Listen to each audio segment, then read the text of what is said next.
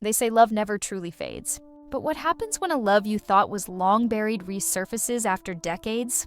What I'm about to share isn't just a story about love, it's a story about choices, consequences, and regrets that never fade. Sometimes the past has a way of catching up with us, even when we think it's behind us. For me, it wasn't just a memory, it was a question that lingered in my heart for over 50 years. What if the love I let go was the love I was always meant to have? This is the story of the one moment that changed everything. I'm 74 years old, and life has been kind to me in many ways. I've been married to Carlos, my husband of 48 years, and together we've raised a family, built a home, and created a life I'm proud of. But like any long marriage, there were challenges. Carlos and I grew comfortable in our routines, and over time, some of the spark we once had faded. We didn't talk about it. It was just something we silently accepted as part of growing older together. Then Diego came back into my life.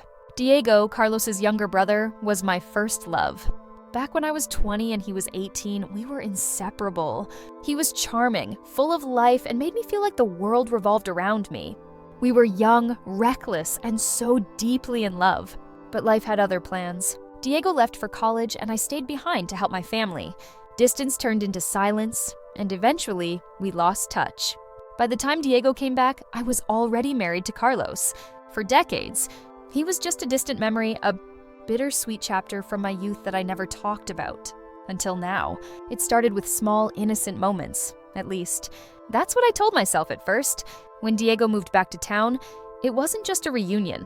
It felt like a piece of my youth had walked through the door. Carlos was overjoyed to have his younger brother around.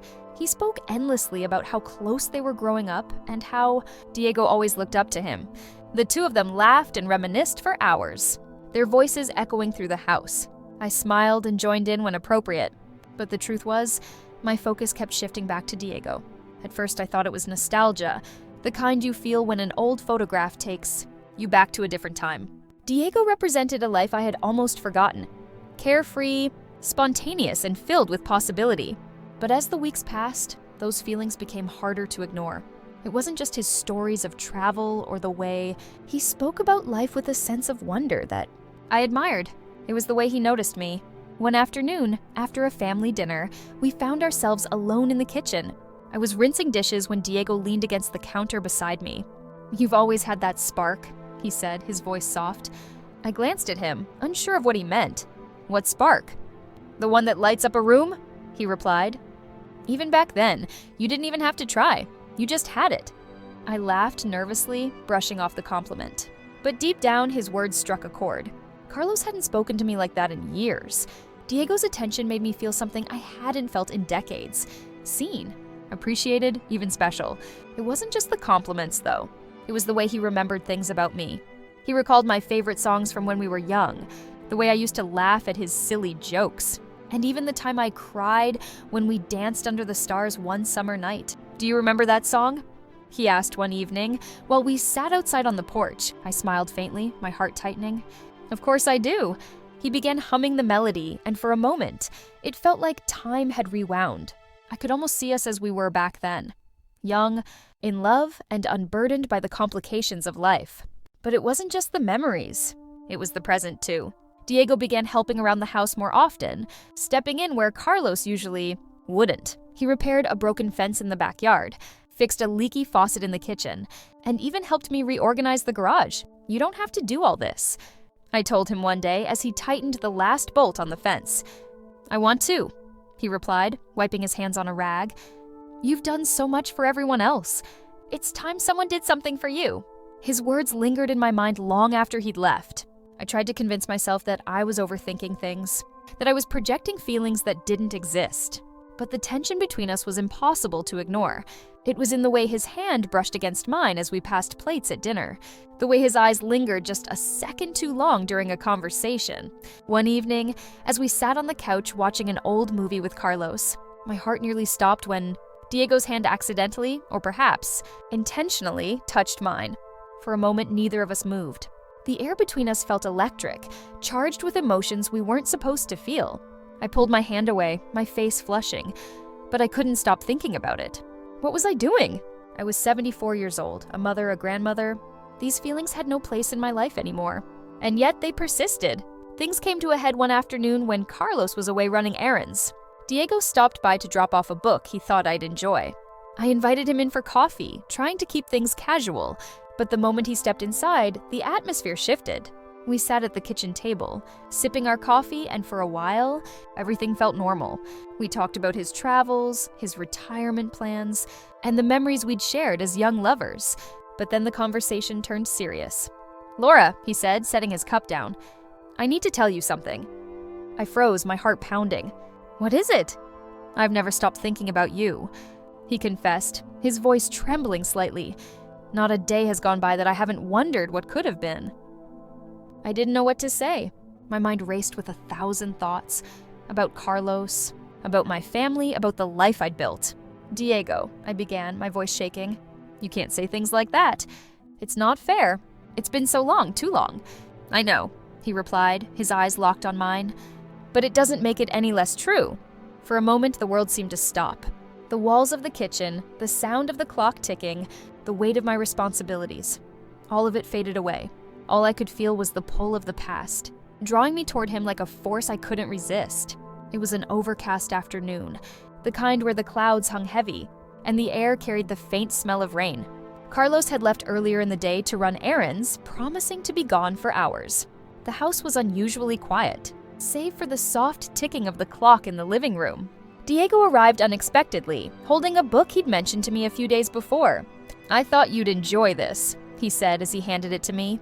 His smile was warm, but there was something in his eyes, an unspoken weight, as if he was wrestling with his own thoughts. "Thank you," I replied, trying to keep my tone light. "Why don't you come in for some coffee?" He hesitated for a moment before stepping inside, and I immediately felt the shift in the air. We sat at the kitchen table, the same one where so many family meals had been shared over the years. But today, it felt different, intimate. We talked about everything and nothing. His favorite books, my grandchildren, his plans now that he was retired. But beneath the surface, there was a tension neither of us dared to name. Then, as I reached for his empty cup to refill it, our hands touched. It was such a small thing, so brief, but it felt like the ground beneath me had shifted. I pulled my hand back quickly, my heart racing. "Laura," Diego said, breaking the silence. His voice was quiet but firm, carrying the weight of something he'd been holding back for too long. "I need to say this. I've been trying to ignore it, to push it away, but I can't anymore." "Diego, don't," I interrupted, already knowing where this was going. But he pressed on. "I love you. I've always loved you. And seeing you again after all these years, it's been harder than I ever imagined." I looked away, unable to meet his gaze. "You can't say things like that," I whispered, my voice trembling. "It's not fair. I'm married. I've built a life with your brother." "I know," he said, his tone filled with anguish. "But it doesn't change how I feel." "It never has. I let you go once, and it was the biggest mistake of my life." Tears welled up in my eyes as I tried to process his words. Part of me wanted to push him away, to end this conversation before it went any further. But another part of me, a part I hadn't felt in decades, wanted to hold on to him, to let myself feel what I hadn't allowed myself to feel for so many years. "Diego," I began, my voice breaking. "We can't do this.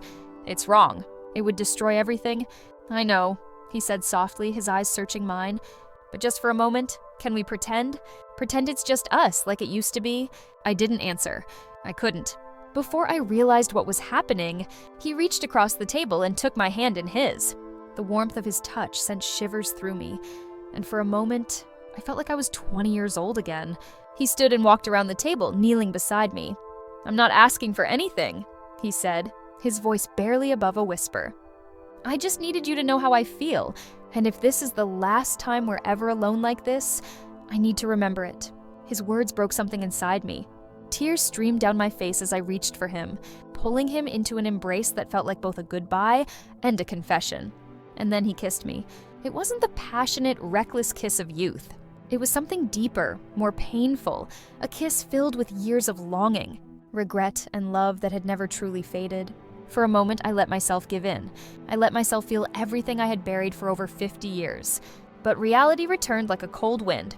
I pulled away, my breath ragged, and looked into his eyes. "This can't happen, Diego. It can't.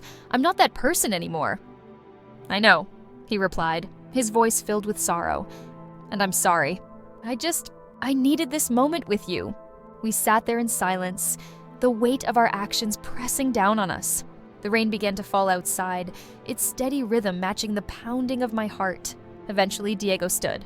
"I should go," he said, his voice steady but hollow. I nodded, unable to find the words to say goodbye. As he walked out the door, I felt a piece of my heart leave with him, knowing that what had just happened would change everything, yet leave everything exactly the same. Diego left town not long after that. He said he needed a fresh start, and though Carlos was disappointed, he accepted it. I never told Carlos what happened that day, and I don't think I ever will. The guilt is something I carry with me, but so is the memory of a love that once was. Now, at 74, I often find myself sitting alone, wondering about the choices I've made. Did I choose the right path? Or did I let the love of my life slip away all those years ago? Betrayal isn't always a grand, dramatic event. Sometimes, it's a quiet moment of weakness. A moment that leaves you questioning everything you thought you knew about yourself. Thank you so much for watching and joining me in this journey through love, choices, and the complexities of life. If this story resonated with you, don't forget to hit the like button and subscribe to my channel for more heartfelt stories and reflections. Your support means the world to me, and I'd love to continue sharing moments like these with you.